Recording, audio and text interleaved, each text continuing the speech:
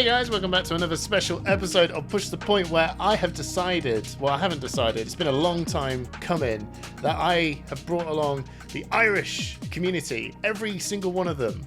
I'm only joking. I brought two amazing dudes that I had a special time chatting to at Worlds in Barcelona. We've got Dylan and we've got Ian, two very accomplished players from Ireland. Dudes, how are you? I'll start with you, Ian. Not too bad. Just kind of winding down after Worlds. It was a pretty hectic weekend, so now I'm just going to the armories, switching between decks, and unfortunately back to work. Yeah, I know. You get the blues, don't you, when you come back from something so awesome like that, and then you're just like, oh yeah, real Yeah, I life. cannot explain how down I was after Pro Tour New Jersey after the first ever big event I went to, and I'm just like jet lagged, and I had to go back to work literally the day I landed. Oh, you should have put that day off, bro. But it's good when it in Barcelona. It wasn't actually too much of a Uh, hell flight. How about you, Dylan? How have you been? Yeah, no, just again winding down from Worlds. I had a great time, met a bunch of great people.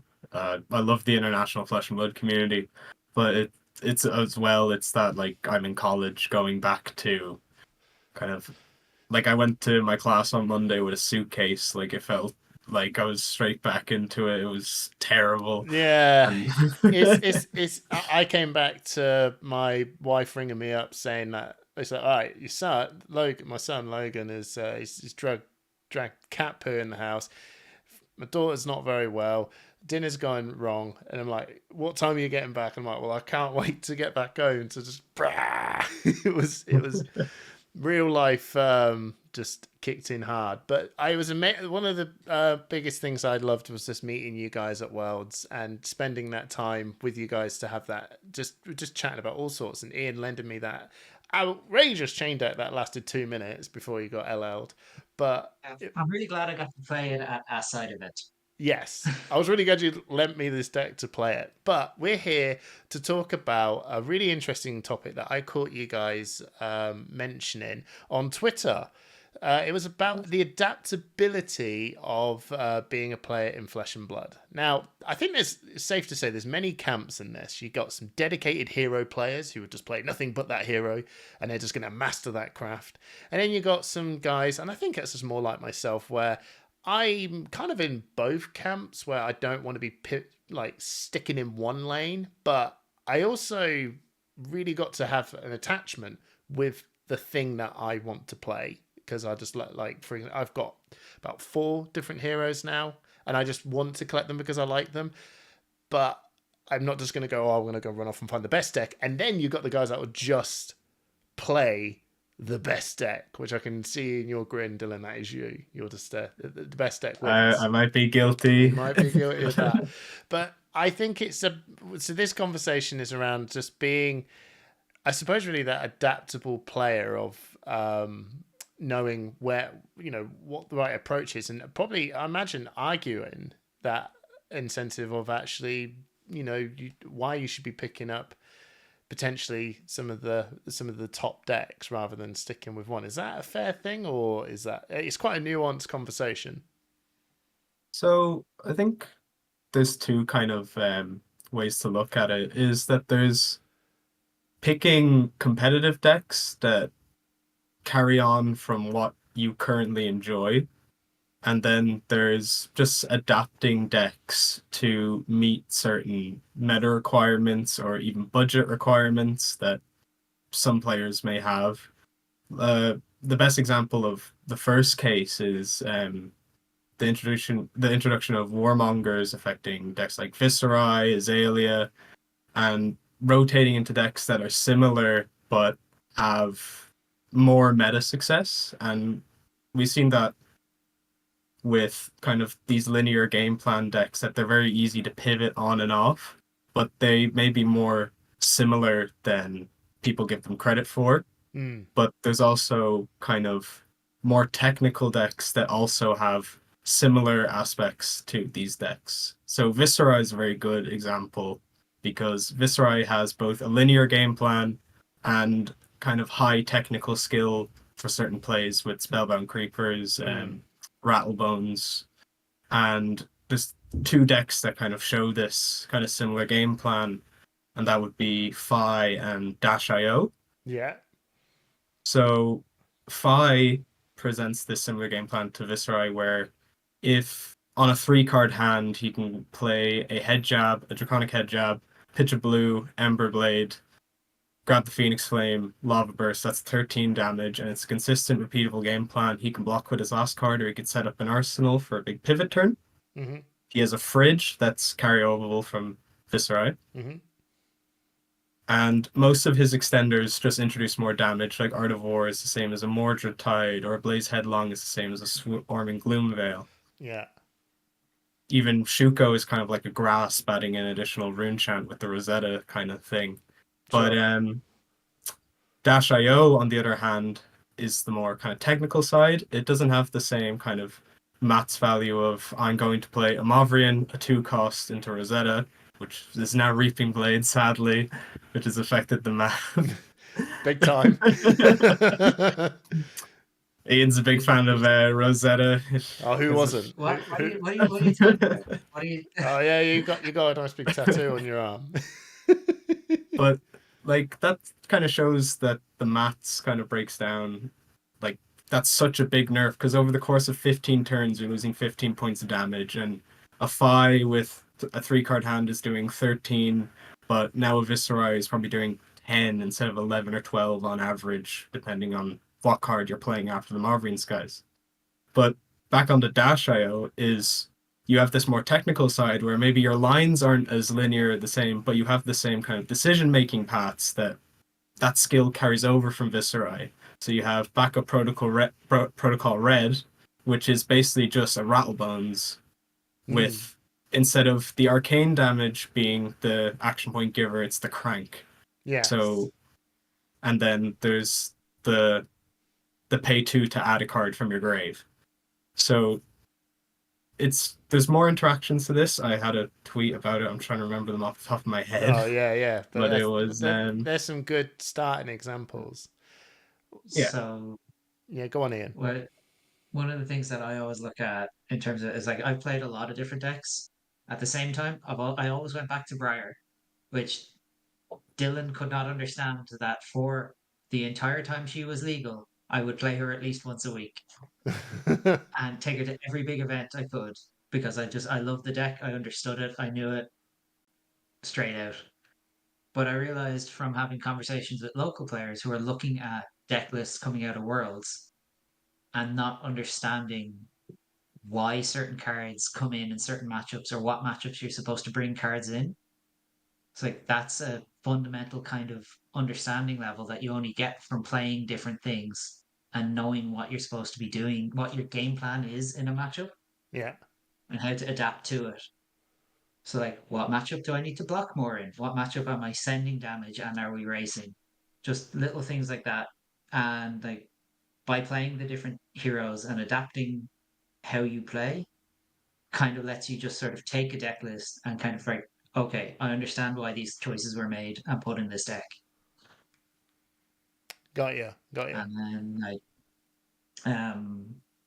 like or as you were saying as well, Mish, there's a lot of specialists in Flesh and Blood. Like there's obviously Mara on Dromai, and like there's Matt Rogers has played everything, but everyone knows him for Dash.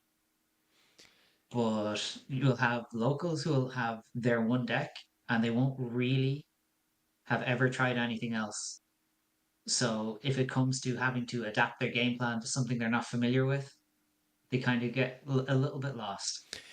I think as well, really, that I think certain heroes are more rewarded for that time that you spent with them because inherently those heroes are actually quite an adaptable hero in the first place, right?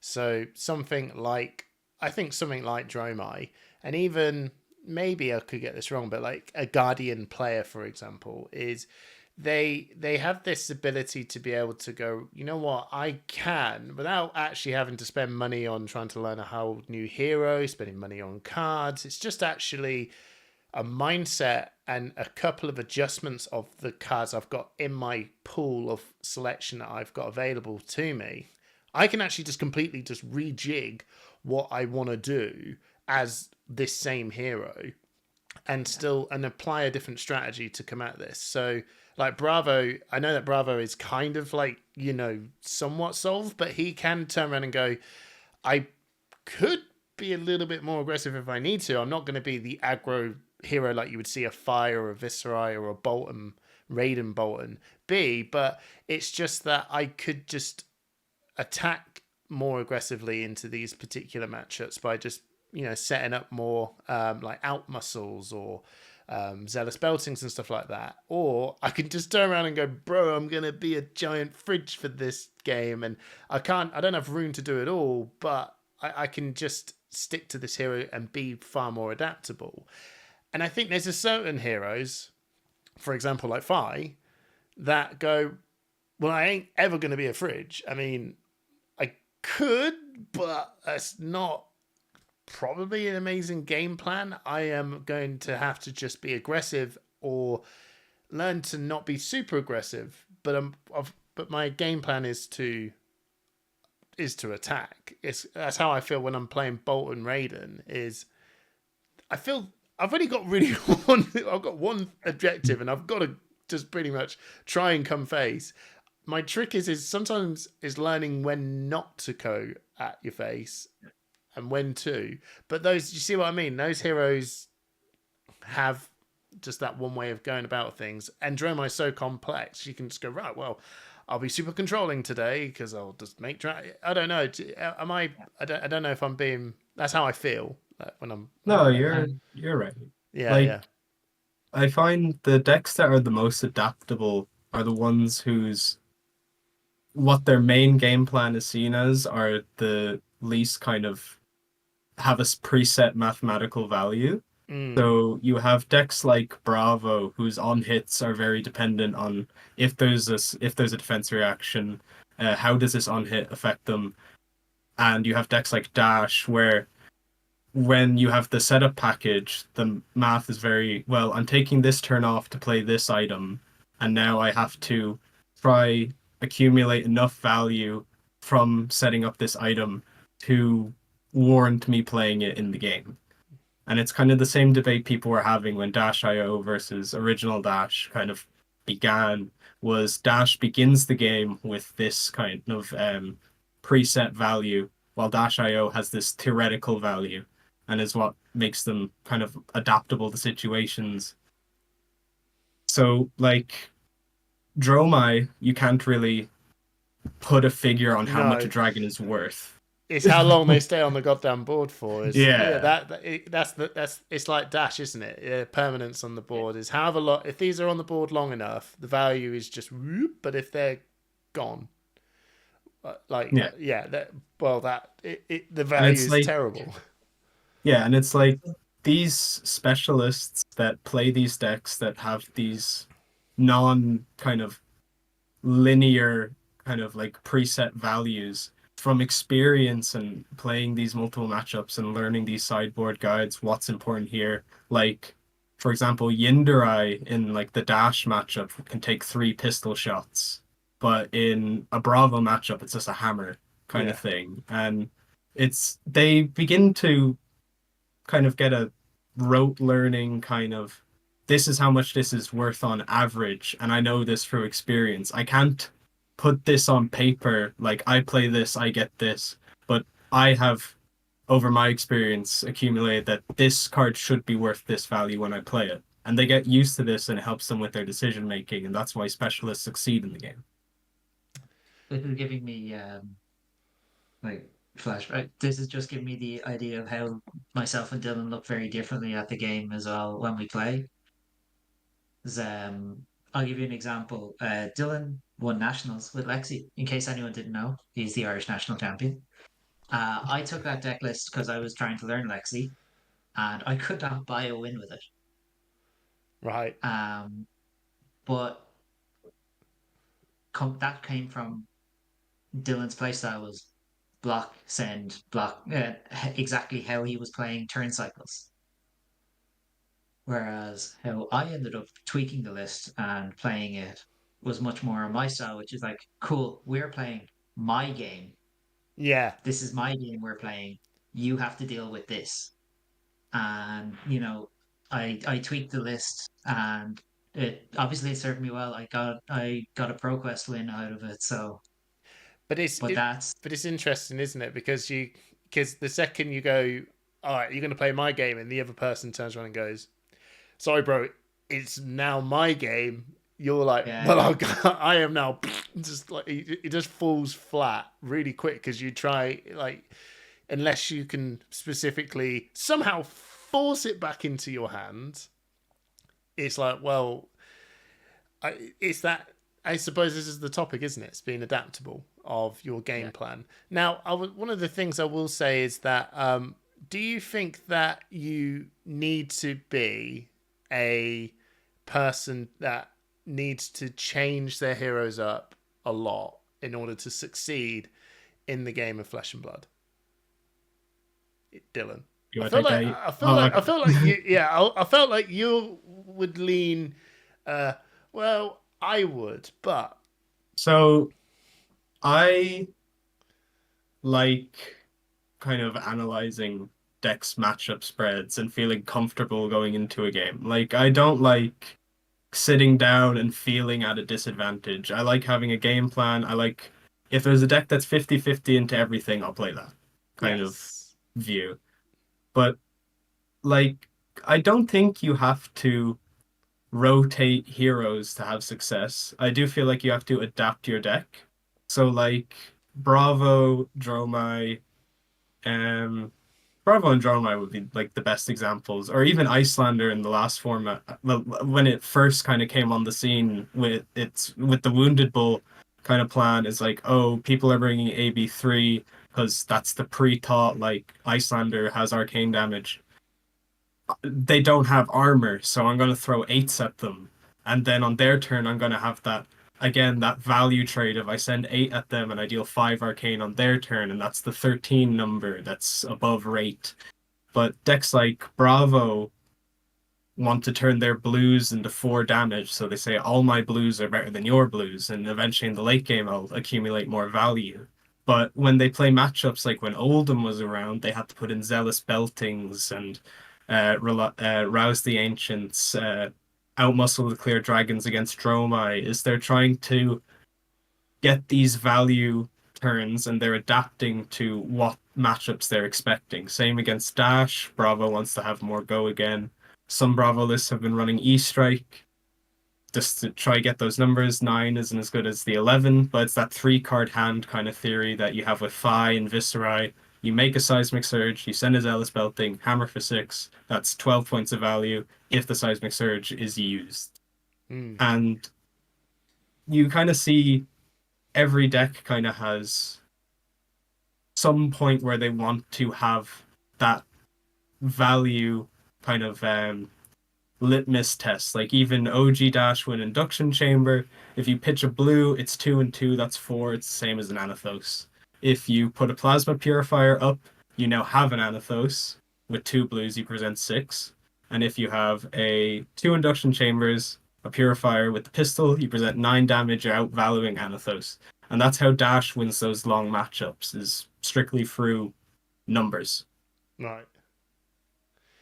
So what about your thoughts, Ian, on So the like specialist versus changing? Do you think you need to change heroes? I can tell you already nod your head and went nah.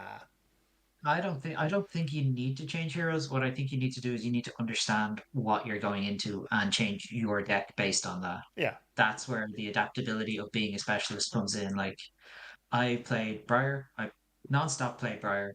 I played her when she was broken. Mm-hmm. And I took like most recently I day two'd Birmingham with her in the middle of Warmonger season. Everyone's like, Rublé can't win.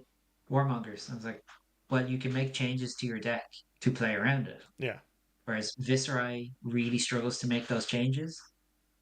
Briar can afford to play some of the worst cards you've ever seen, but it doesn't matter because Channel Mount Heroic adds that those points of value Yes. that Yes. Dylan's talking about, like I had copies of Seek Horizon in my deck because I could be like, cool, I'll stack this non-attack action on top. It now is 7 go again. Yeah, yeah, And that's kind of the thing you need to look at is what am I expecting my meta to look like? Because it's all well and good to take a list that tops the calling for a hero that you're playing. But if you're bringing in things like in the last format and you say you're on Azalea, you're bringing in things like Target Trap to deal with Lexis, and no one is playing Lexi at your local armory, why are they in your deck? yes, yeah. I think I do see that a lot of players, they will, and even I'm like a bit of a culprit of it, even on different games. Like, you know, if I just play Team Fortress 2, I'll just go, oh, okay, I'm just going to play this, and I'll just follow the items, follow the recipe. You know, okay, cool, bro, but like the recipe might you know, it might not work in your local scene because, like you said, tar pit into Lexi. Cool, no one's on Lexi. Cool, what have I got? Yeah, What a I guess waste. I'll play this defense reaction for 3 into Bravo and Yeah, still get crushed. that'll do. That'll do. I mean, it's really weird now because, like, when I suppose really this sort of mindset works out really well when we're starting to get into the sort of that mid-season of a meta, right? But when it comes into a very start of a new meta, like we're kind of in now, you know, Icelander is gone, and it's now, which is hooray for a lot of, I know, hooray, and one of the most coolest heroes ever made, but just had iced attached to it, which made it very like it wasn't very fun for a lot of heroes. Trust me, for a guy that runs 2 of them, I really don't want to see it. I also own an Icelander deck. It's incredibly fun to play, but ice was just too much. She really did do a number on a lot of heroes. With her gone, this adaptable mindset feels like what's the best approach now if we were going to walk into Road to Nationals season, like if it just started in 2 weeks' time? Like, what would your first thoughts be? And I'll start with you, Ian. Yeah. So like we both come from other card game backgrounds. Like Dylan came from Yu-Gi-Oh! I came from Magic, but I didn't play Magic for very long. I only played it for a few years. Yeah, But when you look at something like that, you have to kind of look at what's left and what's going to happen. Generally speaking, at a bigger event, I find that people are going to default to Bravo because people love picking Bravo at big events when they don't know what to pick. yeah, Um, but I would be of the opinion that like it's really that's the time to force a game plan. To be like, I'm going to force something aggressive. I'm going to try and when people are still trying to figure out what they're looking to do and they don't really know what to do, that's when you play the aggressive decks yeah. as the most aggressive you can. Um, like especially with no Icelander, like no one's going to tax Spy out of the game anymore. No one's going to have the option to tax Azalea, No. which are Yeah, that's so you're right actually. I really, yeah, if no one knows what to do aggro, and then once aggro shows up, people will then go, we'll see how aggro everyone is, and then mid-range control decks start to know who their target is effectively, and then that's where you get to choose whether you want to just stay on that aggro plan or be the guy that tries to counter that. Is there anything on your end, Dylan, that you want to add to that? Yeah, like I agree with Ian there. I think the best meta example of that theory was after Worlds with Uprising, when it was Oldham Icelander Fi with a bit of Dromai, was if you didn't know what to play, you defaulted onto Fi Mm-hmm. because it was just the safest into everything. And if people weren't prepared with those mid range decks for Fi, you had a very linear game plan that was very high ceiling that could just punish people being unprepared, like Icelanders who maybe didn't know what to arsenal against you or didn't have a sideboard plan set up for a certain file lists. How many blues are the established number? Um, Oldhams weren't running, some Oldhams were only running 1 Blizzard, some were on 3. Like it really affected the meta just based on kind of, we don't know what's going on right now. Mm. And it was kind of the same after Lille. where everyone was kind of like, okay, Prism's gone.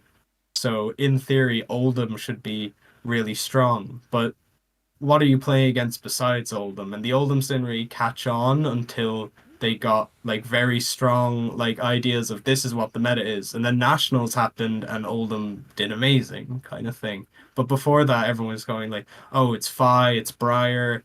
Um, some people were playing Icelander, and then Michael Hamilton really kind of solidified it as a deck. Yeah.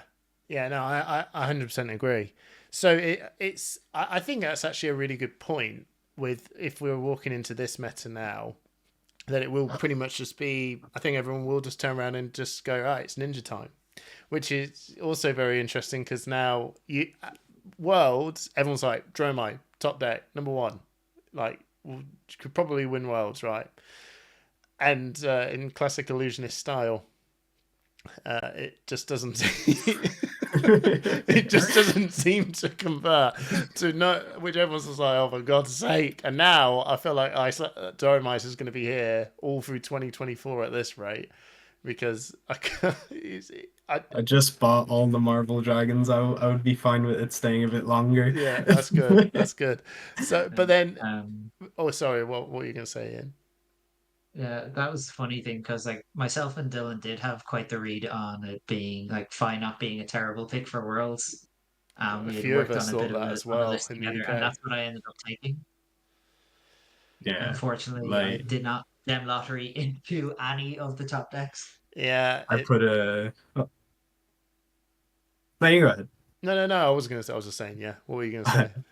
No, yeah, like me and Ian both put Fi lists together, and then he ended up on Fi. I ended up on Icelander because Rob Catton took like convinced me that if you can ban so many cards from a deck, it has to be busted. That is a solid theory until the deck is no longer busted, right?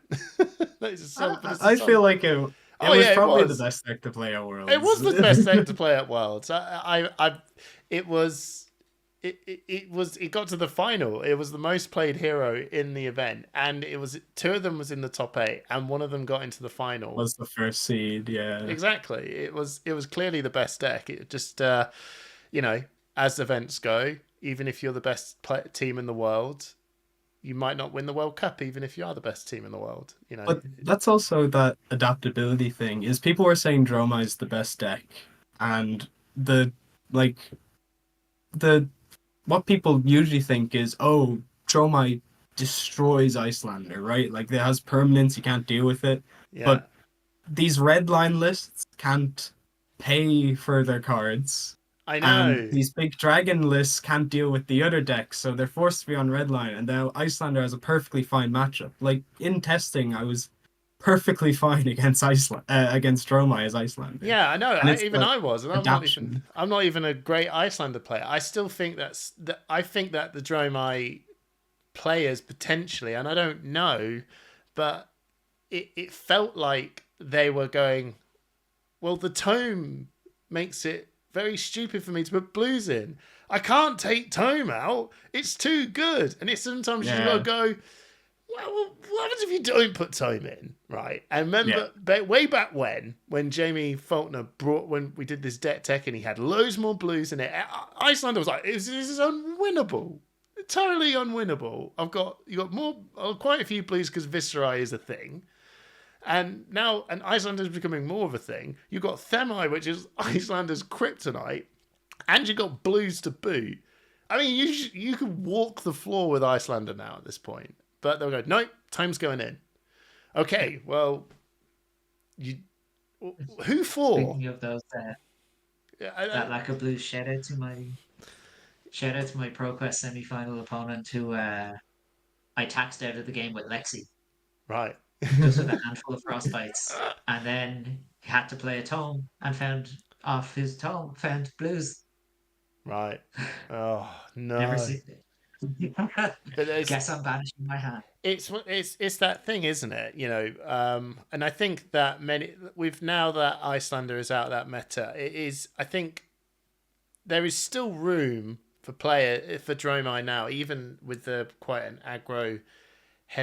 potential aggro heavy thing. it's been adaptable. Going, I will stick with Dromai and go. Well, now truly I can get rid of these blues. Truly, I have the best reasons to now. I've got unless Viserai becomes bigger again, which is reading that meta, it's not likely. But we're going to face a really ninja heavy matchup. It's probably a good idea. Maybe it's like a solid choice to go. I don't want to take Dromai. The meta is going to be very ninja focused. That's not a bad school of thought. Or you probably could just figure out a way to just go, right, that's potentially my target. I don't know if that's a good choice, but that's the thought of adaptability. Is that the right call or not? I don't know, but that's probably what, being that specialist, adapting to the meta mindset. So Ian will probably tell you I like to torture myself by playing my worst matchup over and over and over again. Oh, you're a man of my heart. I have it. Yeah, you're a man of my heart. I will play when I was learning Icelander, I just said, sit down, any Dromai player, just as many games as possible. And kind of my view of the adapting to bad matchups, especially when you have an example like Dromai, where you have these Mara Faris builds, is Dromai was doing good even when Fi was like the 4th most played deck, and there was 5 in the top 8 of one of the callings. I think it was Dallas. Yeah. And Fi was the 4th, 5th most played deck. And it's these redline builds that when they go second, the matchup, if you know it well, is about 50-50. If you go first, it is a disadvantage thing. But there's a lot of skill expression for these specialists that have adapted their list. But there's also areas for people who might not play Dromai that have bad matchups, that are fine switching heroes, have alternative decks that they can swap to feel better in these matchups if they feel they're going to be more prevalent. Like Katsu versus Dromai is a lot kind of easier for the Dromai because you have more room to interact, whereas Fi is more kind of on the nose. But Katsu has a better matchup into Mechanologist because it has Flick Flack, etc. And you kind of have to decide, especially now that we have a really literal example of Dash.io versus Dash, when you have like 2 classes or 2 of the same type of mid-range or control aggro decks, you being flexible and adaptable and being able to swap between these decks does give you an advantage. But if you really like one and you're able to adapt it, then you still have the same kind of room for improvement, like Dromai going from these like mid-range tome builds that have a few blues that were popular with Icelander. You can now transition onto a full kind of Mara Faris Empress style send aggro, like maybe put Scar for Scars back in, put like just make it as fast as possible, and that matchup's great. And if you're comfortable losing a few points into decks like Bravo because you have the skill expression because it's a difficult matchup, you can feel comfortable going into that. Like most Dromais aren't even running Ghostly Touch anymore because they feel comfortable in the matchup. Yeah. Is there certain heroes in the game that just don't have that flexibility and it's just them waiting for their time to shine? Yeah, that's one of the things that I was thinking about the other day, just from looking at so the best example of that is the card Warmonger's Diplomacy. Icelander played it better than anyone else. Yeah. Because they were just like, yeah, cool, peace. Yeah. I disagree, but I'll talk about that later. But with Dromais, we're playing it. Yeah. And have since cut back on it because they've cut back on blues. So generally, you're going to find it in Bravo and in Ninja. Yeah. Mostly, because Ninja doesn't care. It's a 0-cost blue that blocks 3. Yeah. They would literally put any of those in the deck because it's like, Kadachi, cool. Yeah. Still 1 point. Bravo will play it because if they have no cards in hand, they'll just play it because they're never going to choose peace. No. But if you look at a meta like that where you start seeing something like that tick down and you notice that it's trending down at big events, well, maybe your boy Viserai comes back and you're just like, Yeah. No one's playing Warmongers at the minute. It's not Yeah. Warmongers, that's my problem. It's, as Dylan said, it's his minus 15 damage in your turn. It's Yeah. just like. Just got a ninth with them every turn, got it. Azalea's a pretty. Oh yeah, And the it's, ninth blade Viscerai deck. That's a fun one. yeah, I've got. They I keep have working. done that. I have been playing that.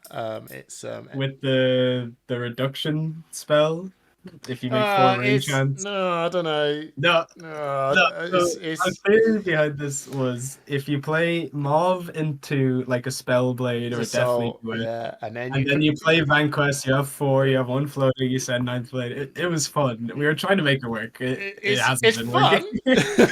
Yeah. But I suppose really I'm looking at like specifically heroes, maybe kind of like in the assassin class sort of thing. Like assassin classes have this genuine feeling of Adaptability. well, yeah, they really are quite a hero base that is very adaptable, but it feels like it's very targetable. It has to have a focus point on who is the thing, because if it's a very open, which is very thematic by the way, which is really cool. Which I love the deliberate. If it is deliberate, it would be silly if you think it wasn't.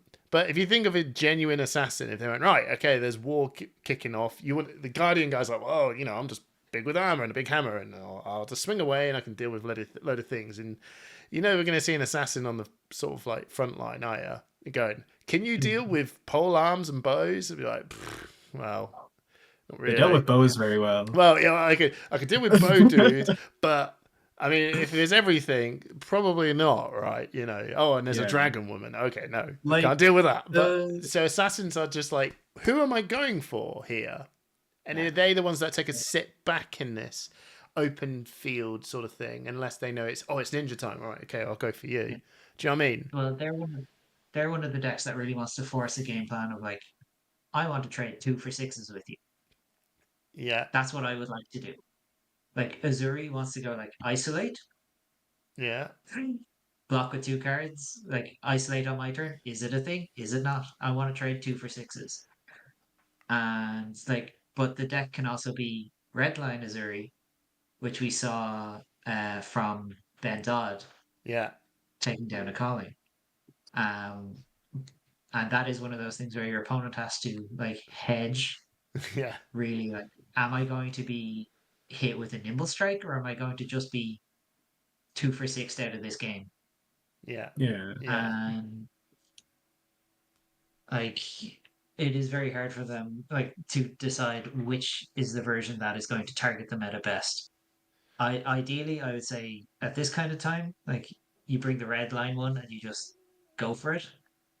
And then wait for the dust to settle a bit. Because like it can be very hard to force a ninja into this I want to trade 2 cards for 2 cards game plan. If they just look at a hand and go like, no, this is nuts. I'll take 6. I will send 20 back at you. yeah, Yeah. It's kind of how Icelander played into Dromai, that you were playing like for value. Like you were like Redline Azuri can do a scar for scar looking for a scrap nimble strike into an on hit, and you're not presenting as much damage as a Fi, but you're disrupting their damage a bit, and eventually you'll get to an end game situation where you can do your 2 card plan kind of thing and just kind of knock it off.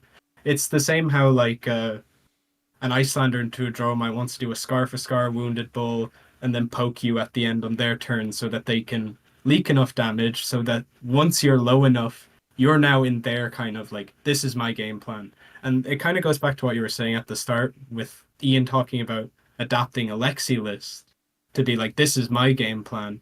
If you feel you can't adapt a list to have your game plan from the start of the game, you need to adapt your gameplay or sideboarding to play a certain way for the first half of the game and then say, okay, I'm in my kind of area now. And this can be seen with decks like Bravo, where they want to pitch their second cycle to be, I'm playing defensive here, and now here's this, this, this. It could be seen with Icelander, again, that example. And Assassin is another example of that, where you play all these, maybe they're 2 blocks, but they're efficient value cards. And then late game, you're disrupting them enough that you just block whatever they show, and you have guaranteed damage with the knives and dominate effects. Yeah, okay. But does is every hero in that boat, or are certain heroes are like, I'm waiting for a time of my relevance, and maybe I'm looking at stuff like Riptide, Arachne, and Teclovosm, and maybe not Bolton. Bolton's an aggressive hero, right? But he can be. But like those sort of heroes just feel that they've got really maybe just their one way of doing things, and if do you see what I mean? Are those heroes adaptable enough? Maybe that's why they're not. Maybe that's why you see the ones at the top are the ones where they're actually reasonably quite flexible in quite a few situations overall. Yeah, like Yeah, Go ahead, Dylan. yeah. Go on, Dylan. most of that comes to design. Like decks that I think it's been a trend that decks that are very low power have been non-adaptable decks. Like people would probably say like, oh, Phi was very powerful, but it's not very adaptable. I think Phi is very adaptable in its matchup plans. Like against a Bravo, you can do things like swap to Master Momentum, take out Art of Wars, and slowly chip at them, get rid of their armor, and then you're doing 2 card 7s, they're doing 2 card 6s, and you become this mid-range deck that's blowing them out throughout the game. And then once they throw a 6 at you, and you're fine taking damage, and you have a Lava Burst in Arsenal or whatever, you can take tempo for the game. But decks like Riptide go, okay, I have this aggressive kind of build, but I can't really transition into defensive, and I don't do enough damage, and I'm not like Icelander, where if I do this small kind of aggressive playline at the start, you're getting a few points of damage off the traps, but you're not getting Icelander 5s and a guaranteed 10 at the end of the game that you can afford to play this kind of like play style. Like even decks like Kano that seem very linear and they can't be adapted are starting to run Wounded Bull and Fiendals, like just copying the Icelander kind of strategy because it works, because it's adaptable. Okay, so yeah, I still think that you subtly though by design they are starting to creep these cards, especially into. I think more so. I feel like Arachne now is one of those heroes that starting to go. This is like this is a. I mean, that latest card they've shown off is really good. If you read the card's text, is quite strong. It's a strange one. It's like it's a card I don't like. It's very. That's a card I love. Yeah, I love Arachne. I wish he was I wish he was good, but that card is very if I have the right setup, like if I have 2 contract cards, etc., I'll get 4 points of value. It's kind of like Mordred Tide in the way that it's like I play this. If I play 3 cards, I get 3 points of value from. That's probably this why card. I love it, because that's my mindset. Yeah. I'm like, I look at something and go, what's the lowest point? Like, what's the lowest value I can get out of this? Yeah, and then like the high value of it is like crazy. But if it's something like that, I'm just more interested in not the banishing, getting loads of silver part. It's something that just goes, I get all my attacks have go again. Okay. Yeah. I mean, that's. But the ceiling, though. The ceiling, though. It's crazy, bro.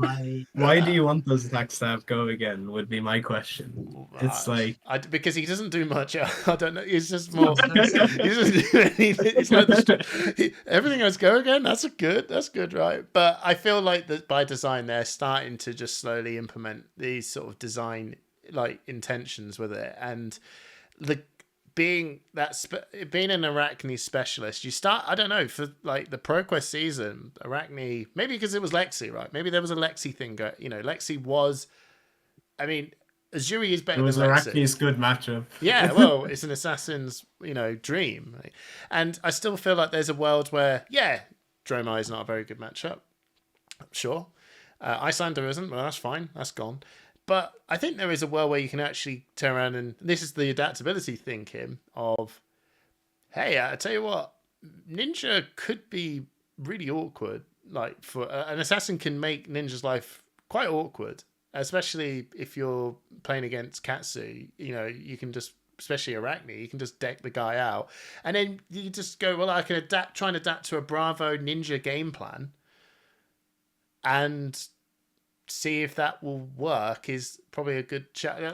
And this is the whole point, isn't it? This is just thinking how to be adaptable and it's not about trying to just grab the best deck of the format and trying to run with that. It's actually trying to grab the best deck that you think you're going to be that event. Yeah, for that event, that meta, and you as a person, as a player, how you think, what you like, that's I think once you enjoy what you're playing, what you're playing, and how you can bring those two things to attack what you're going to, is when you actually start seeing the most success in an event because you enjoy playing it. I think that's the most important thing ever. If you think, like you said, Ian, you played Lexi. You played Lexi. Did you have a good time? Kinda. I actually did. You did have a good time. But like a good example of that as well is like Dylan had a lot of success on Oldham. You could not have paid me to play Oldham at an event. No. I had that with Starvo as well. I loved Oldham. Oh no. I took Starvo to an event and I went, why? I hated every bit of this because it was a Kale McCreef special of being the second cycle. It's like an Oldham. No, it's like a Bravo, but it isn't. It's a Starvo deck. It could do the high rolly stuff, but you don't. And I was like, oh yeah, this is real good. Took it, hated every minute of my life, and just thought I could have just played Viscerai, and maybe I just lost loads of matchups, sure, but I just would have had more fun and knew how to be adaptable. Because I thought I was being adaptable by being a different hero and playing against the meta. But all I did was just make my life worse. I didn't like the hero. I didn't know how to adapt my heroes to the game plan on the fly.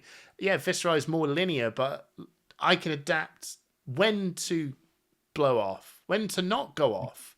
When's the good time to not do it in this moment, in this hero? That's where your speciality of learning these heroes come in.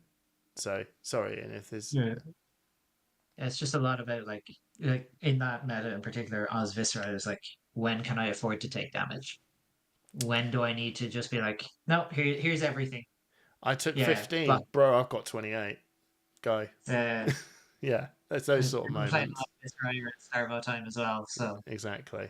Right. Well, is there anything else you would like to sort of summarize this point of adaptability into playing Flesh and Blood, or anything you would like? If not, anything you'd like to sign off on?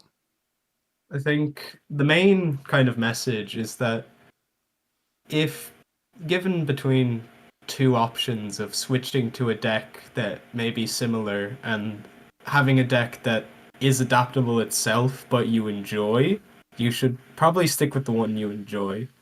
But if your main goal is to do good statistically, like have a statistical advantage, if there is a better deck that is similar to yours, I would change to it if I can learn it, if I can learn the basic kind of foundation mathematical examples. But if you don't feel comfortable, it's not worth it, is how I kind of feel about it. Like calling Antwerp, that's my dog, sorry. That's all right. Calling Antwerp, I had a coach, Phil Mackay. He built the Dash.io deck, the calling, and he told me, play Lexi. Lexi's the best deck. I did not enjoy playing Lexi. I did not enjoy it even at Nationals. And I said, the deck I like is Oldham. If you have an Oldham list, it's just about the same kind of whatever. And he said, here's an Oldham list. I played Oldham. And even me as someone who's very, I'm going to play the best deck, I felt better playing something I was comfortable with. But I still adapted the Oldham list to be good against Lexi. Yes. Yeah. That's I think that's pretty much spot on. Is there anything from your end, Ian, to summarize? Like, obviously, I agree with Dylan. You don't have to switch heroes just because you think it's the better pick. If you can play something that you're comfortable with and you know how to adapt, if you're getting into the game, it's a good idea to play a bunch of heroes so you kind of understand that game plan so that you can adapt the one you want to play. Yeah. Like I've had so many people ask myself, Dylan has had the same people in the community being like, what cards do I sideboard in this matchup? Because like you need to understand what your game plan is, what their game plan is. Yeah, like I feel But that for me, pre-written that's where side. it really benefits the most. And or some people I know will just be like, Bravo, I don't know what to do. 70 cards. Let's go. Oh, okay. You're about to mention sideboards, Dylan. Yeah, just to follow up on Ian's point was like pre-written sideboard guides, I think, are the biggest killer of like player growth. It's I know exactly what you mean, and I'm also a culprit of that when you just because you just sort of go, I don't know how to bake this cookie, so I'm just going to follow the recipe, and it Yeah. should work. And the answer is, I mean, you'll get your wins, but don't just take it and just rely on it for no reason whatsoever. Learn why is this in your deck. Yeah. Yeah. Learn why. And that's kind of adapting as a person as well. Like if you're willing to learn something, you're trying to improve, which is a definition of adapting. Yes. Yeah. Yes. Yeah. Thank you, Dylan. That reminded me of the point one of the main points I wanted to make today, which is remember in Flesh and Blood, you present 80 cards. You don't present half a deck and a sideboard. It's not Magic, it's not Yu-Gi-Oh, it's not any other game. Yeah. You bring 80 cards and you remove the cards that are bad in the matchup. You don't bring 45, 50 cards and add cards. That is the one killer that I've seen of more players locally than anything else. Okay. Wow. Because I haven't done it's that. really hard to have that and then go like, this card is underperforming in this matchup, but it's part of my main deck. I can't possibly cut it. Yeah. I have been a culprit of this way back when. Of where you I go, was this at is it, right? This is it, and then this is against this, and this is against this, and this is against this. This core deck can't possibly shift against this guy. And you're like, yeah, you're right. You're right. Sometimes some cards just go, Very good why is this in point. your core? Why is this in your core deck? It sucks against this dude. It's like, yeah, but it can't move. I've got to have 3 copies.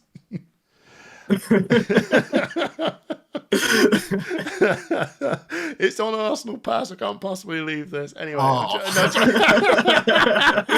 Hayden told me to play it. Yeah, Hayden. And Brendan Patrick agreed with Hayden. Yeah, there you go. You can't, and I'm a patron. I can't possibly leave this now. I'm joking. I have the sideboard guide. I'm winding you up, guys. Right. Is there any sign off you want to do before we end this amazing conversation? Go, whoever, free for all, whoever speaks first. Me and Ian are both on Twitter. It'll probably be linked or something. I don't know. It will be. Link, it'll be linked below. At Meraki0309. I'm always open to talk about the game. I love talking about the game. I don't get to play it a lot. Zine will tell you I don't show up to armories because of school. But You're a responsible young man. Very responsible. I wish I could be ditching. But I love talking about the game, especially maths related to the game. In my personal life, I'm a computer scientist. I love the game design element, and just if anyone wants to message me, you're welcome to. Yeah, awesome.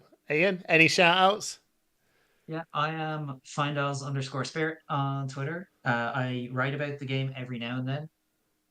When an idea strikes me, I have some thoughts on the Living Legend thing, which I'll probably share. Yeah. But anyone wants to talk about the game as well, just give us a shout. Love the game, love talking about it. And the only other thing I'm going to do is I know someone that both myself and Dylan have met at many events has in his Twitter bio that he has the heaviest deadlift to top 8 a pro tour. Right. I will be coming for that. Oh, there you go. There you go. Right. Thank you so much, you guys, for spending the time to have a chat. Thank you, everyone, for tuning in if you've made it this far. And catch you guys on the next episode.